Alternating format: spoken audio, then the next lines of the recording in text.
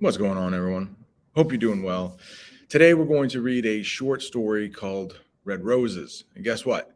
It is short. It will probably only take us one day to do this. You'll see some of those vocabulary words right over there. Those 13. I think you see them all, actually. Yeah, they all come from this story. So you'll see all 13 from this story. And just really quickly, it's about a girl in middle school. Her name is Lila. And there's a boy named Derek.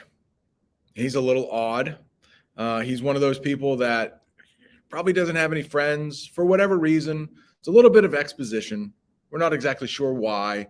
I don't know if there was one event that happened to him or just many, or he just puts off an odd feeling. And the actions he does in the story that we see are definitely odd. So let me share this with you. Boom. There we go. Got some bad news right at the top. Excuse me, right at the top, because talks about an upcoming assignment. This text presents a nonfiction narrative. Well, what is that? Keep reading. A type of writing in which an author explores an experience using descriptive details and events. This is a type of writing you will perform in the, don't have to worry about that term, but you'll at the end of this unit, you will be asked to produce nonfiction narrative. As you read, look at the way the girl's reaction change as she understands the situation better. All right. So there's a little hint there like, hey, eventually I'm going to ask you to write one of these. This is fairly short. Hopefully yours, I mean, it might be a little longer than the one that you will write, but hopefully you probably had to do this in 6th and 7th grade, but I'm going to ask you to pick like one moment in your life and then just kind of branch it out into a story. Give us a little exposition about it. Tell us what happens during it, what happens after, all that stuff. We'll talk more about it, but this is an example of one. Red Roses. And the first paragraph, I think, is absolutely true. When I was in middle school, what I wanted most was to fit in. That's all anybody wants in middle school. In middle school, you're suspicious of anyone who stands out for any reason. Derek stood out. We all avoided him. All right, I want to just talk really quickly about that paragraph and how I think it's like just an amazing opening. So there's the paragraph, but I love this sentence right here. So let me give you a little pro tip when it comes to writing. If you can have like a lot of your sentences kind of be the same length or so. So her first, I think it's 3 sentences in that paragraph. Maybe it's 2. They're about the same length. And then she hits us with a short one. Derek stood out. Like Derek stood out, that actually stands out from the other sentences. So if you can vary your sentence length when you're writing, when you want to make a point, make it a short sentence, really stands out. I think that helps. All right, next paragraph. My mom had always told us to never make fun of people. So I never did. Can't say the same for my friends. Not that they were outright mean or anything, but they'd whisper behind their hands, and it was obvious who they were whispering about. I took no part in this, as I said, but I have to admit, I steered clear of Derek, like everyone else. Despite my standoffishness, quite a mouthful there, Derek started leaving me little gifts. Every couple of days, something new, treasures out of a cereal box or a gum machine would turn up in my locker. In my desk, the pocket of my jacket. I did not acknowledge these things, and I immediately tossed them into the back of my closet when I got home.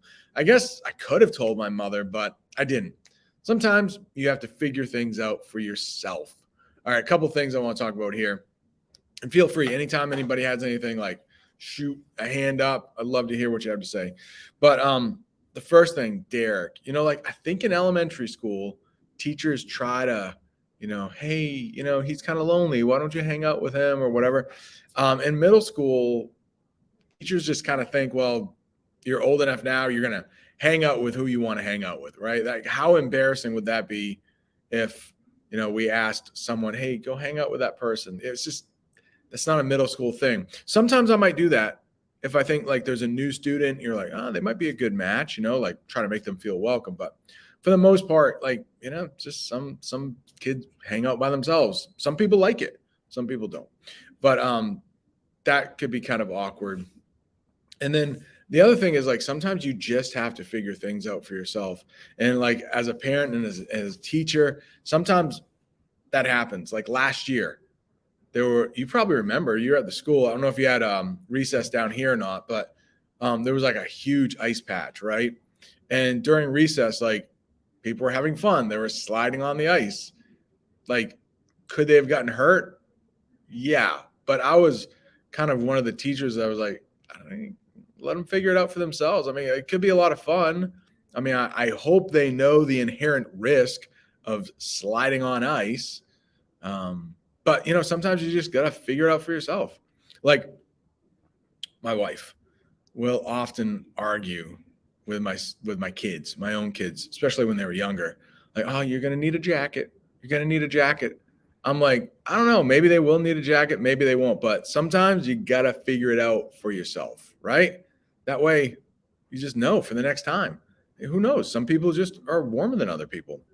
All right, but I like that line right there. Like, just sometimes you got to figure it out for yourself, right? And it works. It works better if you figure it out yourself rather than being always told. All right, the weeks passed.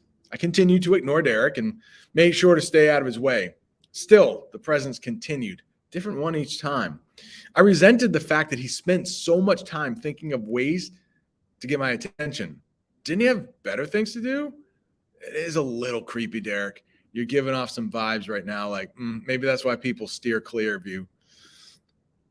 My friends teased me. Oh, Lila has a boyfriend. Lila has a boyfriend, they sang out. Didn't seem fair. I tried so hard to fit in, to fade into the woodwork.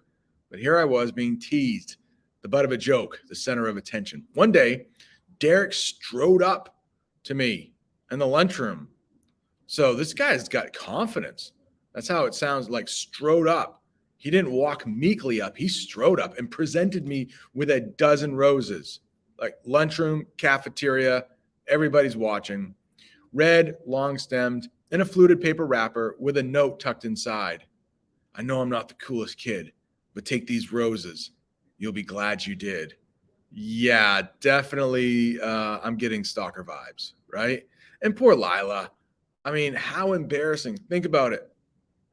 Think about, like, if there is a weird kid or whatever, please, no names, but whatever. Just that's just like, please don't be mean. Don't be mean. I think that's number 2, right? Or B, letter B. Please don't be mean. But anyways, there's weird kids all over the place, right? And imagine that, like, just out of the blue, all of a sudden, presented with a dozen like, I feel so bad for her. I would hate that to happen to any of you, my daughter. I feel for you. Hopefully that never happens. That takes some guts. Hey, take these roses. You'll be. I should have been flattered, but I was good and angry. So this makes me think this story takes place a while ago too. A couple things, like talked about a cereal box prize. Like, they don't give out good prizes in cereal boxes anymore, do they? I don't think so. So I think this takes place a few years ago. I don't know. I'm just getting a 50s kind of feeling here. The fact that he stood there grinning lopsidedly, there's one of our words, roses in hand with that hopeful look in his eyes, made me even angrier. I wanted to squash him like a bug. Leave me alone, I growled. Don't you get it? Go away. Ooh, sang the chorus of girls. I wanted to crawl under a rock. Derek looked as miserable as I did. And then, horrors, I saw his bottom lip quiver. He looked like he was going to cry. He couldn't cry. If he cried, they'd call him a crybaby. Derek is a crybaby. Would follow him around for the rest of his life.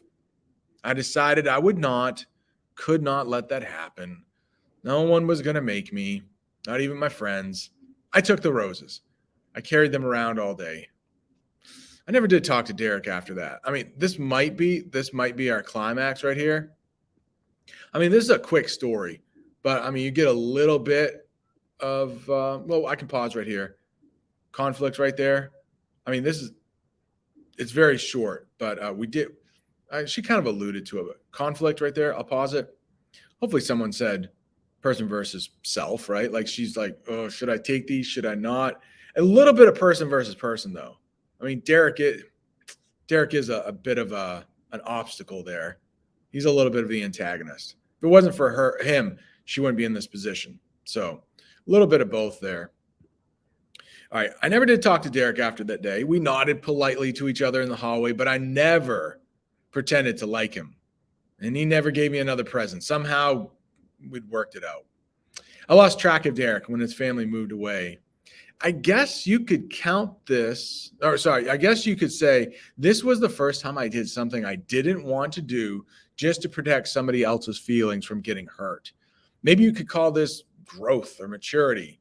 I honestly don't know. Even though it happened a long time ago, I can picture myself on that day, striding through the corridor proudly, the dozen roses clenched tightly in my hand, walking tall, feeling like no one could touch me. And that's huge. That is huge growth. I'll speak on my behalf alone, but it's a really freeing feeling. I don't think this happened to me until like my 40s, maybe late 30s, when you just don't care what other people think. It's hard in middle school. It's hard in high school because you got to hang out with these people every day. But like, I guess once you get, your own friend group, maybe like in college, like I'll just hang out with people that are like me. In middle school and high school, I think people sometimes try to hang out with other people, just whatever, popularity or whatever. But hopefully one day for you, some of you already, I think you're like, whatever, I don't care. I'm very comfortable. People can say what they want. Don't care. So it's hard, but middle school is tough. But I hope you are never presented with a dozen roses in front of everybody, especially by someone that is a little bit of a stalker. All right, enough for today. I'm sure there'll be some time to complete some work in class and then some Franken beans probably. All right, adios.